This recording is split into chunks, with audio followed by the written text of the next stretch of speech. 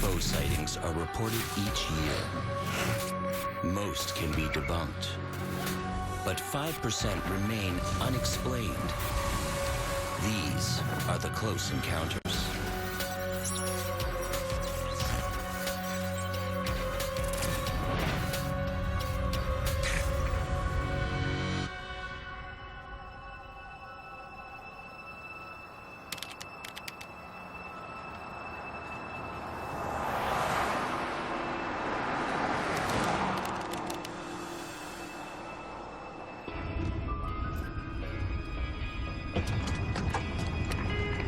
Hey, cuz.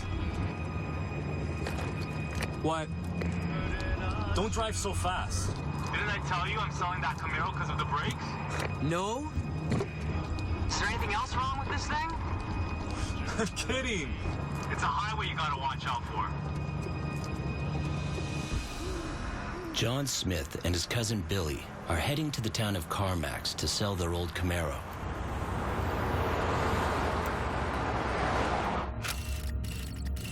Billy and John were driving from Whitehorse. The two of them were traveling in a convoy. It's a very remote area, and it's very slippery. It's wintertime. You're quiet tonight.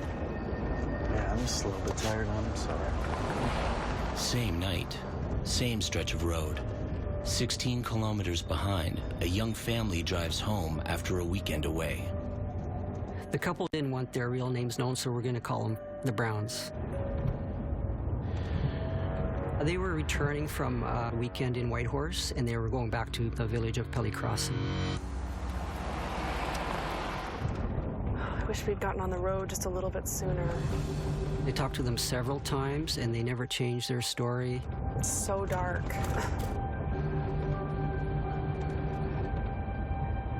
They come to the southern tip of the lake, and they come around a corner, and they see this row of lights out in the distance.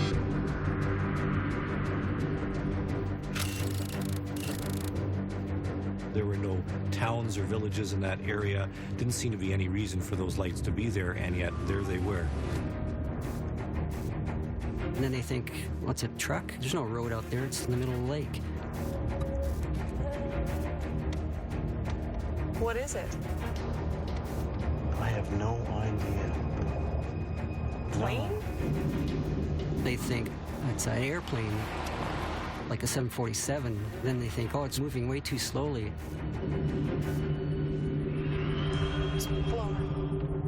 They were worried as to what this was, and they had thought, well, maybe we shouldn't travel any further. Maybe we should pull off to the side of the road. Just stop. It's okay. We won't be long.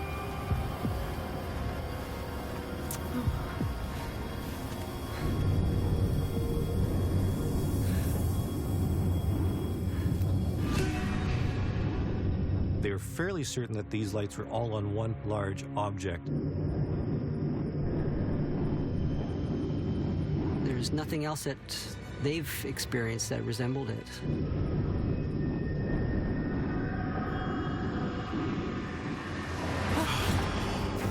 Daniel.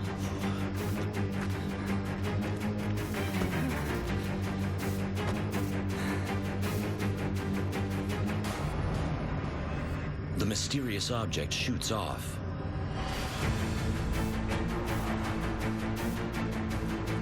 Directly towards Billy and John Smith. Hey, cuz. You still awake back there? They have no idea what's around the corner. This was something very out of the ordinary.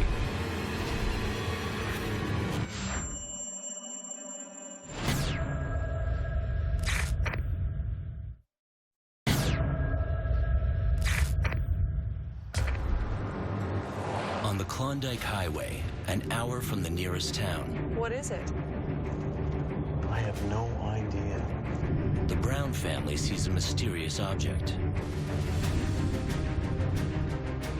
And on the other side of Fox Lake, Hey, cuz. You still awake back there? Billy and John Smith are about to drive right into it.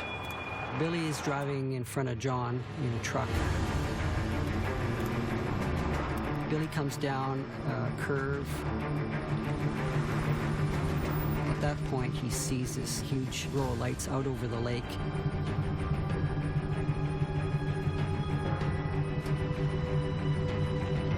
He decides to stop and watch this thing.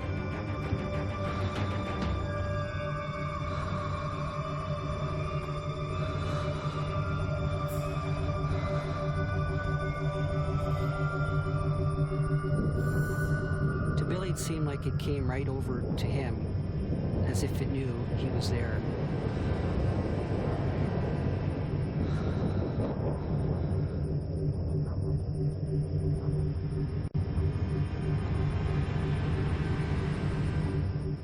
He looks behind him and sees his cousin John. John didn't want to come closer. He stopped way further back. He doesn't know what to do because he was frightened.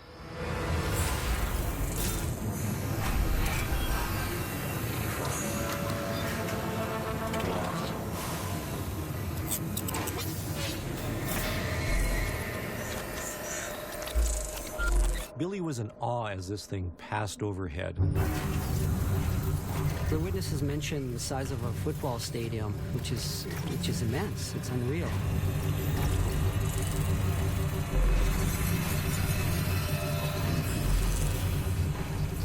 Some UFO investigators describe huge craft as motherships, sort of an aircraft carrier for spaceships that smaller craft can fly in and out of. John realizes, he's got a camera in the car, and he's ripping bags open. Often you hear from people saying, well, I don't believe in UFOs until I see a photograph. He couldn't get his camera to work properly. In some of the close encounter cases, cameras are affected by some kind of electromagnetic field.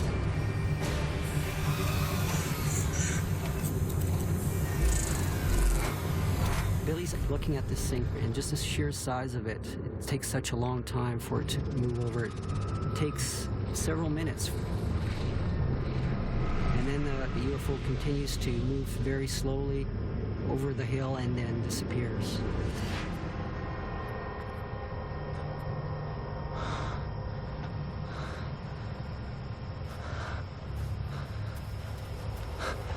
Let's go.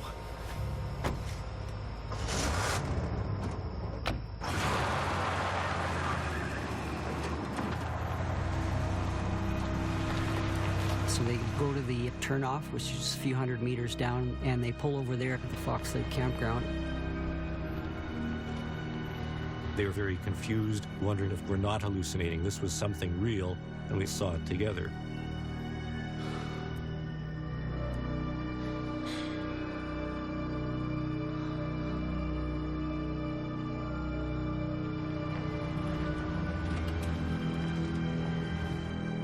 We'll be right back.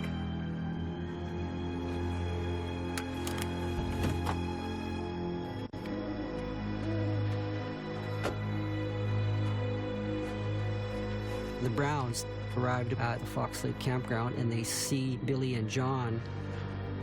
Hey, are you guys okay? Yeah. And there's this exchange of information from everybody saying, did you see that? Did you see something? You too? This is unquestionably one of the best cases in North America. If two people see a UFO, or three or four, that adds to the evidence that something really was physically there. It just happened. We have witnesses who have seen it at relatively close range, and multiple witnesses who can verify that they saw a physical object. Hey. Not sure of what lies ahead, they decide to travel together. They would not be alone in seeing something strange that night. Similar reports of a large craft were later observed an hour away in the town of Carmax and 2 hours away in the village of Pelly Crossing. In total, more than 30 witnesses came forward with similar accounts. Drawings submitted by eyewitnesses suggest the object was 4 times the size of a football stadium, making it the largest craft ever registered in a UFO report. Some people thought the object was an airship, but airships rarely fly in winter conditions. A detailed report on the Fox Lake case was filed with the Canadian government. There has been no official response.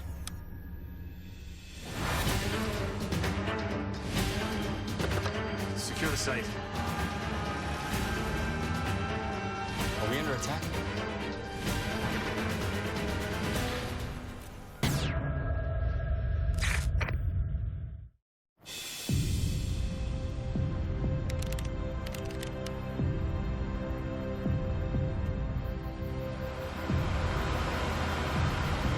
It's the late 1960s. With 200 missiles, Malmstrom Air Force Base is the largest nuclear weapon complex in the world.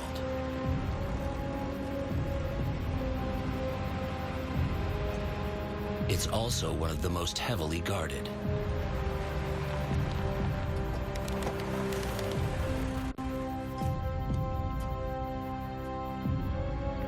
Got a light?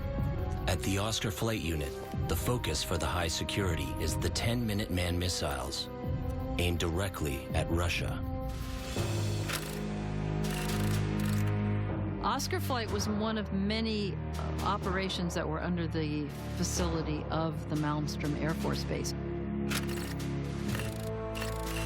Each flight had a capability of launching 10 Minuteman ballistic missiles.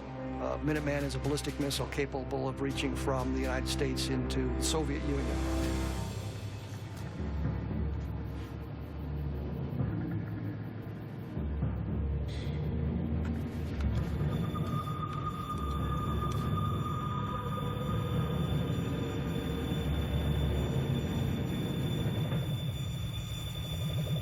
When you're looking at 1967, we're in the middle of the Cold War, and there's an awful lot of animosity between the Soviet Union and the United States, and we're both worried about how belligerent the other side is going to be.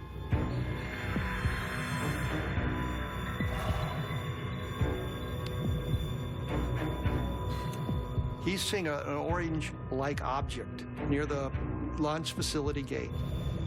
It's clearly not the moon, it's clearly not a meteor, it's clearly not an aircraft. It's something he's unfamiliar with.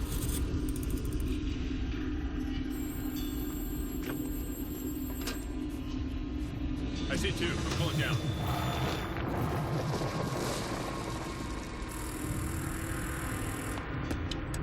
The launch control facility was somewhere around 60 to 65 feet below the surface of the ground. The strategy was to bury this launch control facility underground so it would survive an atomic blast. Lieutenant Salas. Robert Salas is the key witness on the Malmstrom case, and I have interviewed him numerous times about it. Unidentified. Moving north, sir. Keep watching. Let me know if they get any closer. Copy that. Robert Salas didn't know what to make of this call. I mean, he was somewhat incredulous about it. There's no threat on the console that they see. It's just a light in the sky. It's not causing any kind of problem, so he doesn't know what the concern of the airmen above him are. But within minutes, it moves directly over the base.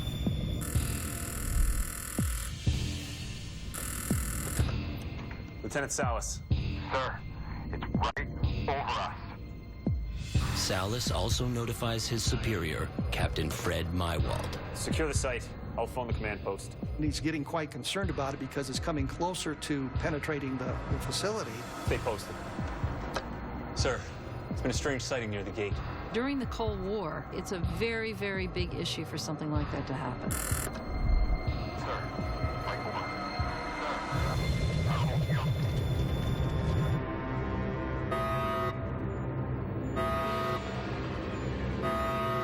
Sir, missiles 1 and 2 are down. At this point, Salas sees the missiles start going offline. You have these missiles ready for launch, and they're suddenly gone. 1 through 7 are no-go.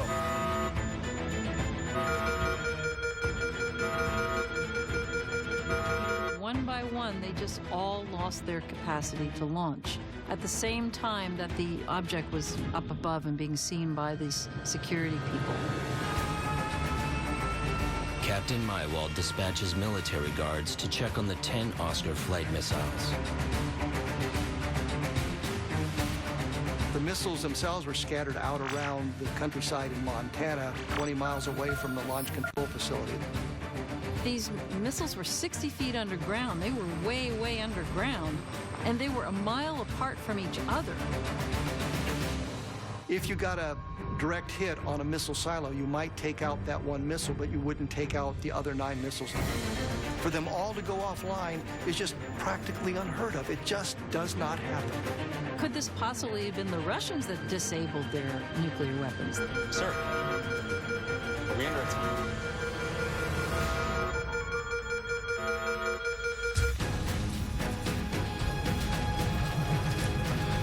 They're confronted with something that they're not trained for.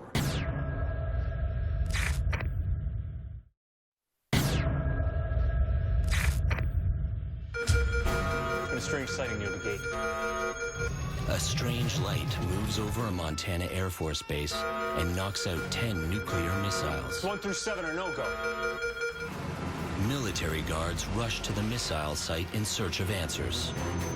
It was pretty clear that there was no technology that we knew of that could do that. If the Soviets have figured out some way to deactivate the missiles, then suddenly we become very, very vulnerable to an attack.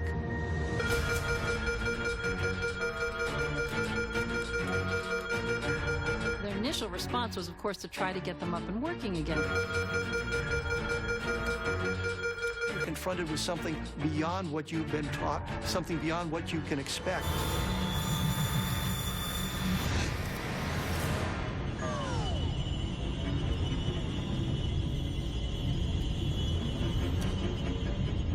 The entire Oscar flight system shuts down.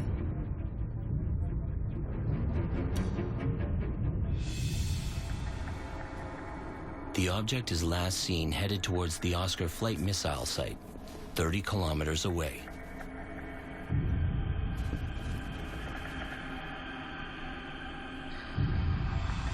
They're out on the silos. They take a look around. There's no evidence of a penetration. There's no evidence of anybody being out there.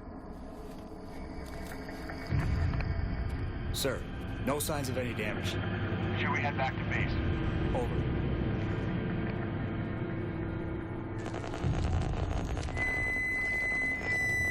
The radios that they're using now are filled with static.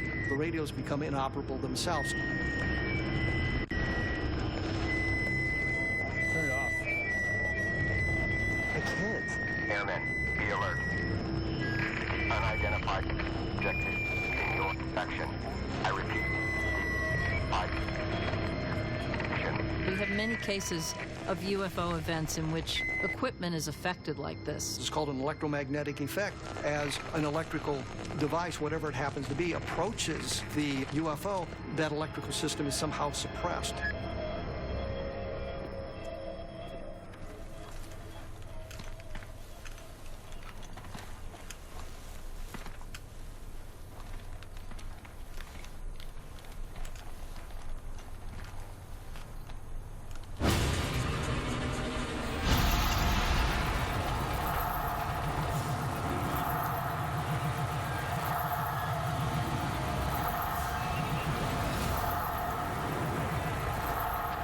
They're confronted with something that they're not trained for.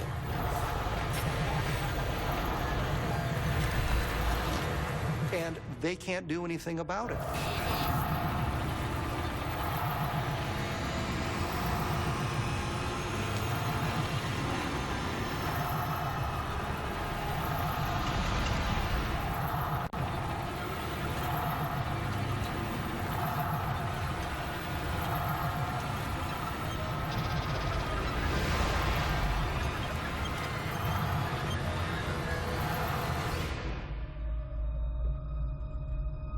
Back at launch control, their system is still shut down. Salas and Maiwald were not able to get the nuclear weapons back up and running, and they couldn't explain why they weren't working. An hour later, the airmen returned to launch control.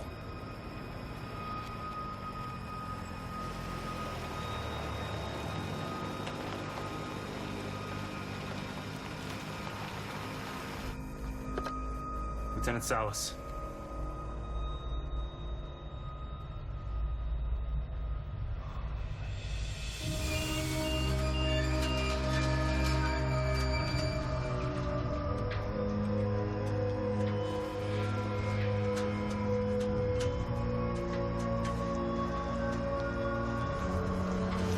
Want to tell me what happened? Sir, they seen something crazy. One of the guards was so upset by what he had seen, he refused to work on the security details from that point on because he was so frightened by what he had seen and what he had experienced on that night.